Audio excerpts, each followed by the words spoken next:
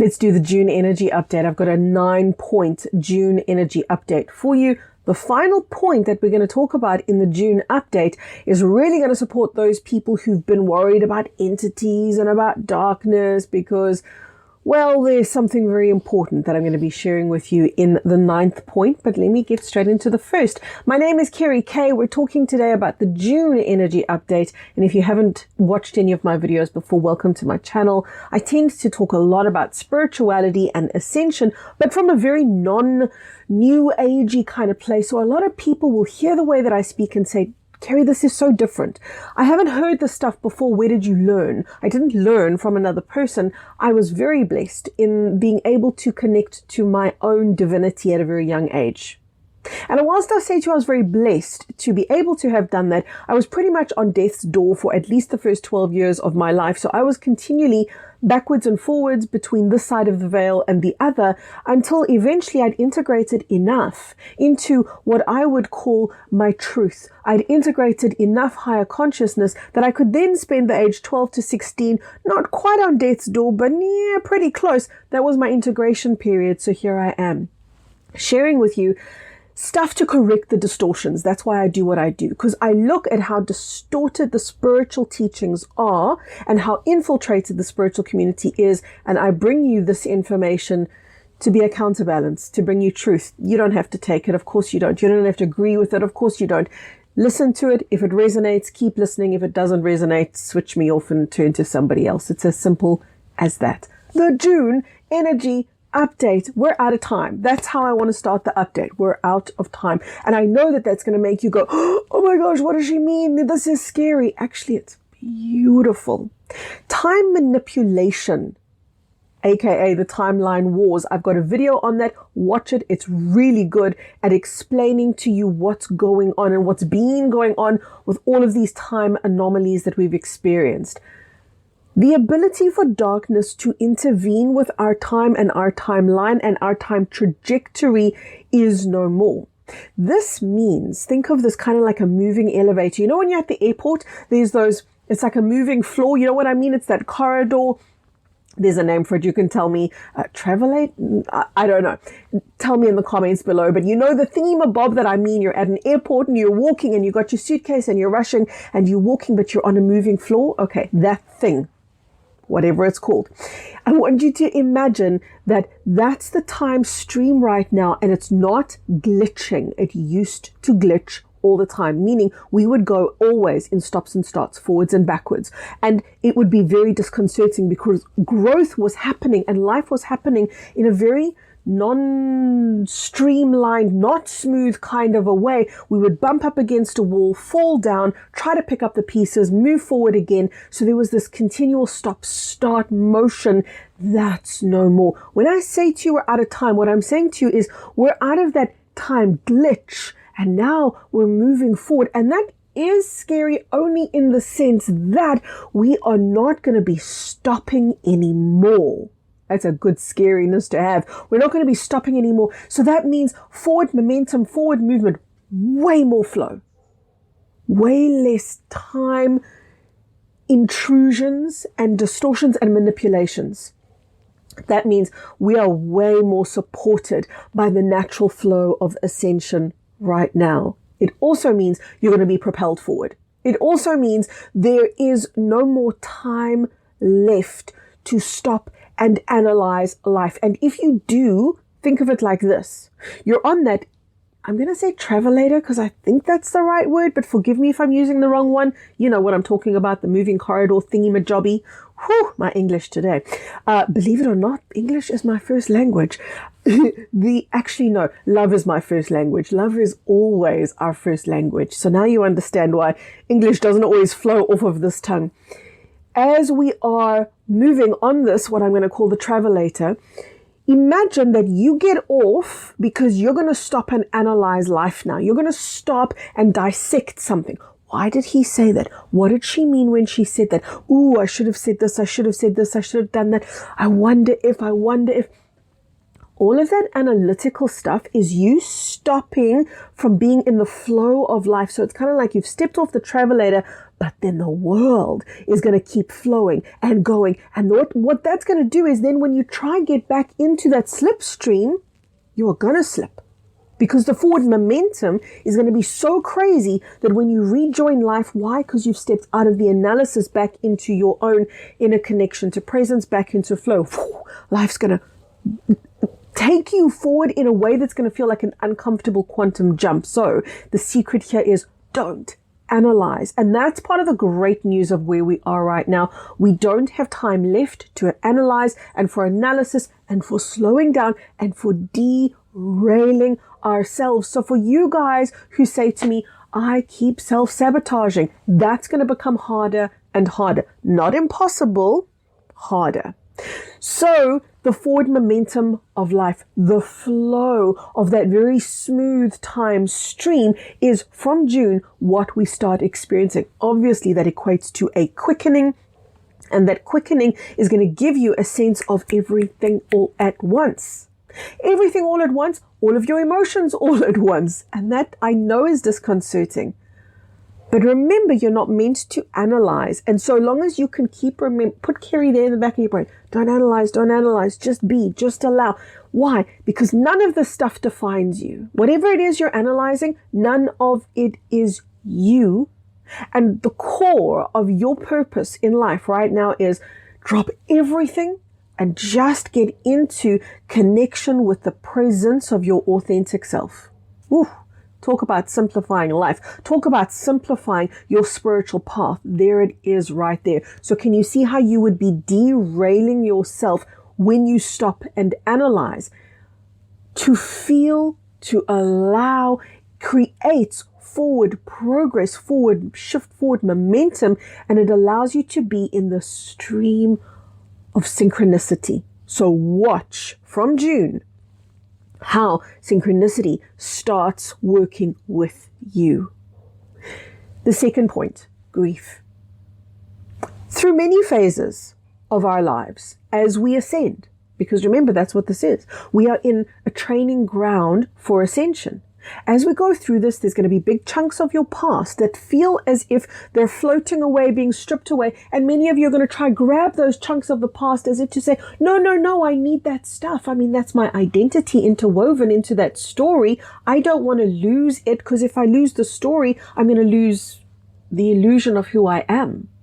Because I'm pretending that the story is my identity. I'm pretending that the story created me. Can you see how that forward momentum from point number one can create a deep grief, because the release is so quick now that it can feel sudden, that it can feel disconcerting, that you can feel like you are being stripped of your identity. So there can be, I'm not saying there's gonna, but there can be moments of grief, and expect that as you evolve. As you let go, there's this beautiful elation, this beautiful relief. Oh, I've let go. And then a sadness. And this is that disconcerting everything all at once. You know, so the sadness or the grief that can come in is something that from time to time will be in your personal growth journey. It will be in your journey of raising frequency to the point of ascension. You can cry and keep moving. Don't stop. Don't get off that travelator to, oh, now I've got to see why I'm crying and see if it's okay and analyze it. Just cry and move forward. It's almost like I'm saying to you, you can dissolve all of the density and keep moving forward at the same time. You can release and move forward. We kept stopping all the time. That is what was slowing us down and keeping us in a lot of density. Point number 3 is a very beautiful one. It's about physical healing. Because we're moving forward so quickly, this is the best way, and it's probably a very humorous way to say it, but the best way I can describe it is, for some of you, especially those of you who've released enough density to enjoy this, your body's going to forget to be sick. So think of it like this. Think of you have a scar. And every day you had the scar on your hand since you were a kid. So let's just pretend that that's the case. And every day you look at the scar because it's a part of you and it's just what you know and it's just always been there and it's just always going to be there because that's the nature of the scar. But one day you look at your hand, let's just imagine, and you go, hey, where's my scar? It's gone. When did that occur? I didn't even see it happening. Your body's going to forget to be sick. Your body's going to forget to recreate, because remember, cellular regeneration happens every single day. Every single day, new synapses are firing every single day. New cells are being birthed. And what they're doing is they're taking the imprint of your past and they are just cloning it. They are just copying. So all of the scars and all of the wounding get propagated into the future, almost in this automatic process, except now, in this example that I'm using, a person could look at their scar and go, but it's not there because your body forgot, because it's so busy. Go back to point number 1. Life is moving so quickly. Your body can restructure according to the divine template with such ease now that it can forget. I'm not saying to you, everyone's going to overnight heal. I'm saying to you, there is more opportunity for healing than ever before. So if you find yourself in a situation where healing has just happened and it's almost spontaneous and you didn't look for it, but wow, look at that. In that example, the scar's just gone away kind of scenario. You might have already experienced that in your life without noticing. So go ahead and acknowledge that in the comment section below, because what you validate becomes really important to who you are. Point number 4, it's going to become really, really silly for you to uphold the image. And point number 5 is very related to this. Point number 5, let me just give it to you now. If 4 is about the image and upholding the image, point number 5 is about abiding by the wishes of others. And both of these things are going to become, if not impossible, really difficult. Really, really difficult, because you're going to find as you move forward along that stream of time that you're in right now, without pause, without stop, without intermission, without intervention, you're going to find that you are automatically aligning to more and more truth. Oh, I've got a neighbor's barking dog behind me, and I got to tell you, I love animals, I truly do, but a neighbor's barking dog, whoa, forces me to find my peace and my calm more times than you could imagine in a day. The point 4 and point 5, these are beautiful points about you stepping more into your authenticity. That's really what it boils down to. Less ability to compromise, less ability to step out of your alignment with your truth. Isn't that gorgeous? Point number 6. I love this one. This is about relationships. This is about how we as human beings behave in relationships, or at least in false matrix relationships. We keep score. We keep score. I used to have a friend, we would go out for coffee or for drinks or for meals or whatever it was, and she would always keep score. You know, she would say, well, you paid X amount last time, so I'm going to pay X amount this time. But last time this happened and then that happened. And she was always in this tallying mentality, which I never understood, but respected. That was just what she did and it was her way. And I would always say, I don't really care. You know, I will quite happily pay, whether I'm paying less or whether I'm paying more, to me is irrelevant, because I never kept score. But in the false matrix, a lot of people do and did, and that's going to become nearly impossible. So where you have relationships where you've got someone saying, remember, you did this last time, so now it entitles me to do that. You said this, because they're keeping score. So now I'm going to get you back by saying that you paid this, so I'm only going to pay that and no more. That score keeping mentality in relationships is going to dissolve. Why? Because there's less time to do that. Can you see how point number 1, I keep referring back to it, is so powerful and so important, because it makes you let go of all the peripheral and all the stuff you were holding onto that actually doesn't matter. So this actually puts you into more unconditionality. This puts you into more openness, flow, and more gifting and more generosity and more giving. Less afraid of being hard done by. Because that's where the scorekeeping mentality comes from. It comes from people who are they don't trust life. And there's nothing wrong with not trusting life. If you don't trust life, it doesn't mean you're bad. It only means you're hurt. So show compassion to yourself. As we move forward globally, what's happening globally? What's happening politically? What's happening with the world? More and more cover-ups are going to be exposed. Watch that coming up from June onwards. More and more cover-ups are going to be exposed, but the response of society is going to confuse you, because for a lot of the time, you're going to see people going, so what? Okay, so what? Almost like, well, it doesn't surprise me anymore. So you might mistake that for apathy. You might look at that and go, oh God, humanity is so apathetic. They're seeing it's all being exposed now and they're just turning a blind eye. Well, you could say, on one hand, yeah, maybe it's apathy and maybe you do want to see the outrage. That would be a very human response. I get that.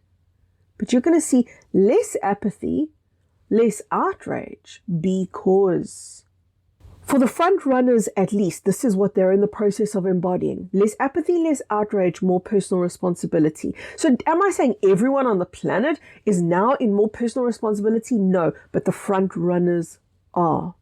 Meaning the true light workers right now have been for the last many years and months and weeks focusing on how do I become more responsible for my energy, for what I output into this world, for what I say, think, feel, etc. Those levels of personal responsibility are the ripple that moves through the collective consciousness, that brings the collective consciousness into a very natural alignment wherein they're more inclined to take personal responsibility. They're more inclined to look at all these cover-ups being exposed and go, well, that's kind of obvious. Obviously, political people are notorious for covering up, for saying the right thing. You see, think of all the previous points. It's harder and harder to uphold the self-image that somebody else wants you to have. It's more easy to be in your authenticity. So you're going to see all of the false images dissolving around you. And as they do, it's going to be no surprise. Most people are going to be so busy, I want to say it like this, keeping themselves together. But I don't mean that because they're falling apart. I mean that because this is a natural thing. As we evolve, you become so focused on your own field. This is part of personal responsibility. That you start seeing, it's not that you don't see it, you start seeing everything around you as just the stuff around you. And this, your personal world, becomes your primary residence. It becomes the place where you live and interact and grow from. And instead of being influenced by the external ripple, you begin to influence the external world by your ripple. This is the shift that you're going to start seeing. So yes, more and more stuff is going to be exposed, but don't be concerned if you see humanity not stepping into outrage as you may want them to. Instead, stepping into a quiet, subtle personal responsibility wherein you might say, oh, you're just self-obsessed. You're just focusing in on yourself. Well, maybe they're learning to tune into a place that they previously ignored. So there's definitely big shifts going on with how we relate and respond to the world around us. Point number 8. I love this one. It's about animals. And I have a very strong love of animals. I worked in animal wildlife rehabilitation for many, many years. I always thought that was going to be my path. I had no desire to really connect to people, speak to people, and yet here I am connecting to thousands, speaking to you guys. That was a big turning point, shock in my life, not something I'd envisioned, but here I am anyway. Working with animals was always my first love. I'm an interspecies communicator and I specialize in the rehabilitation of primates in particular. Now, what you're going to see is that the animals of the planet, and I'm not including pets when I say this, and there's a reason why. Pets tend to take on their owner's stuff. Pets tend to no longer hold individuation. They tend to meld right into their owner's energy field. So what the owner feels, the pet feels. So I don't necessarily include pets in this. What I will say is wild animals are more in their nature because nature is coming more online right now. As we come closer to ascension, you're going to see that more and more. Nature is going to start taking over. Yes, it's going to be wobbly, inside out, upside down. In other words, we're going to have lots of crazy weather things happening. We're going to have lots of what seem like very, or multiple even, very wild storms, for example, or some earthquakes where there weren't normally earthquakes, or we're going to start seeing eruption of volcanoes. We're going to start seeing the weather, the uncontrollable, unpredictable weather just amping up. So as much as I'm saying nature's coming back online, that doesn't necessarily mean it's going to come back online and fall right into harmony. It's going to come back online and churn everything up. But nonetheless, nature will speak louder and louder, and the animals will speak louder and louder. So what I'm saying to you is this. If you receive messages from nature or from animals, specifically wild animals, watch those messages in June, because you're being spoken to. Every single one of you is there. I don't know if you guys heard earlier. I've got my windows closed now, so I don't know if you did. There was these very loud birds. It's an ibis in South Africa called a hardy-dar. South Africans know these birds. They are loud mouths. And, you know, they were flying around as I was talking to you earlier. They bring messages. Not just birds bring messages. Wild animals are bringing you messages. Listen to what they are. Point number 9, there's less veil. If there's less veil, there's more connection. Whoa, whoa, whoa. What does this mean? The veil, which is the veil that separated us from the place called the afterworld, the other world, the astral realm, the spirit world, whatever you wanted to call it, that veil collapsed some time ago. But although it collapsed, we, humanity, for the sake of sanity and the sake of continuity, we kept resurrecting that fallen veil. Habit was part of the reason why we did that. Being so informed by the false matrix, so obedient to and loyal to the past memory, we kept acting as if the veil was there. So imagine that, would you? It's quite humorous if you think about it. Imagine that there's a curtain that's not there anymore, but you keep pretending that it is and acting that you can't see on the other side of it. That's essentially what's been going on. But now, in June, there's going to be more of a, oh, wow, that curtain's really not there anymore. That veil's really not there anymore. More of a connection to what I would call the other side. So people who've lost loved ones who've passed away, your ability to connect with them, feel their presence is amplified, without doubt. But equally, and this is one of the reasons why a lot of people weren't comfortable with that veil coming down, equally, people who fear entities and darkness, their fear is going to be amplified. But I want to talk about that fear. There's a couple of entity clearing calls that I've got in my online community. I will pop them on the screen. So those of you who are members, you know exactly which videos to go and watch, or you go search them yourself in our library search bar. Nonetheless, in one of those calls, I remember saying the following to you guys. I remember saying, darkness, schmarkness, entities, schmentities. Stop giving them so much power, because this is what we did with the darkness. Why? Why did we elevate the darkness to this big scary monster? Am I saying to you darkness has got no power? No, darkness certainly can be a formidable foe, the false matrix being proof thereof. What I'm saying to you is the only person who fears darkness is the person who has no idea of the power of their light, no connection to their divinity, no connection to the awe and the wonder and the magnificence of who they are as beings of consciousness. So point number 9, less veil, more connection, means you got to cross that bridge. You got to cross that bridge and come to a reckoning now, not with your darkness, but with your light. Okay, so that's the power of light. So how do you know the power of light? Do you convince yourself? Do you say words every day? For those of you who follow my work, you will know. No, never. We don't evolve through words. We evolve through energy. So you got to feel in a very authentic way. You got to connect to the light. Go do some meditation. Connect to the light that is incoming. Your light that is incoming. Again, I will leave video recommendations for you below where you can really connect to some potent light streams that are coming in.